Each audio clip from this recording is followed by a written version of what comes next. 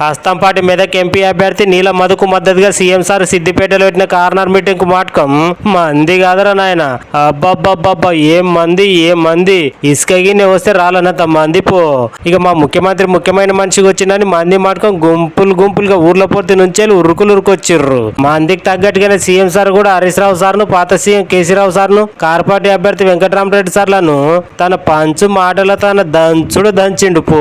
ఇక సార్ ఇట్లా దంచుతున్నంతసేపు వచ్చిన మంది ఒకటే సీటీలు సప్పట్లతోని హోరెత్తిచ్చిర్రు. బిడ్డ హరీష్ రావు 15 ఆగస్టు వరుసకు రైతులకు 2 లక్షల రూపాయలు మంజూరు చేస్తా, చేసిన సవాల్కు సిద్ధంగా ఉండు, రాజీనామా చేసిన దడివే ఇదే సిద్దిపేటలో కొత్తని ఎమ్మెల్యే గెలిపించుకొని సిద్దిపేటకు పట్టిన శనిని తొలగిస్తామని సీఎం సార్ అంటుంటున్న సమీర్ రంగా అంది ఒకటే సప్పట్లు. ఇంకా కొంతమంది అయితే వాళ్ళు సెల్ ఫోన్లలో మొత్తం మాటలను వీడియోలను తీసుకొని ఎగ్గబడ్డరు. ఇక లచ్చ మెజార్టీతోని నీలమది ఎంపీగా గెలుస్తాడని చెప్పుకుంటా గెలుస్తాడా లేదా అని మంది నడితే గ్యారెంటీగా గెలిపిస్తాం సార్ అని కిందున్న మంది మాట ఇచ్చిర్రు. ఏ గుర్తు మనదంటే హస్తం గుర్తు సార్ అంటే మందాలు ఇట్లా చేతులు మీనికి లేవట్టి చెప్పిర్రు. ఇక మంది ఇట్లా చెప్తే సీఎం రేవంత్ సార్ కూడా సంతోషపడ్డాడు. పేదింట్లోకి వెళ్ళి వచ్చినోనికి కాంగ్రెస్ పార్టీ టికెట్ ఇచ్చింది, మీరు అలా మధును ఆశీర్వదించి హస్తం గుర్తు మీద ఓటేసి గెలిపేయాలని మంత్రి కొండ సురేఖ మేడం చెప్పుకొచ్చింది. నేను మీలో ఒకని, ఏ సమస్య ఉన్నా నాకు డైరెక్ట్ చెప్పుకునే అవకాశం మీకు ఉంటది కాబట్టి నన్ను ఎంపీగా గెలిపానని నీలం మధు మందిని కోరిండు. ఇక సిద్దిపేటలో ఈ సభను పెట్టుడుతోనే హస్తంపాటి నాయకుల మాటకం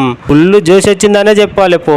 అదను నీ ప్రచారాలు నీ సభలకు వస్తున్న మంది మద్దతు చూస్తే లచ్చ కంటే ఇంకా ఎక్కువనే రావచ్చు నీ మెజార్టీ అని ఇది చూసిన నీ అభిమానులు అంటున్నారు.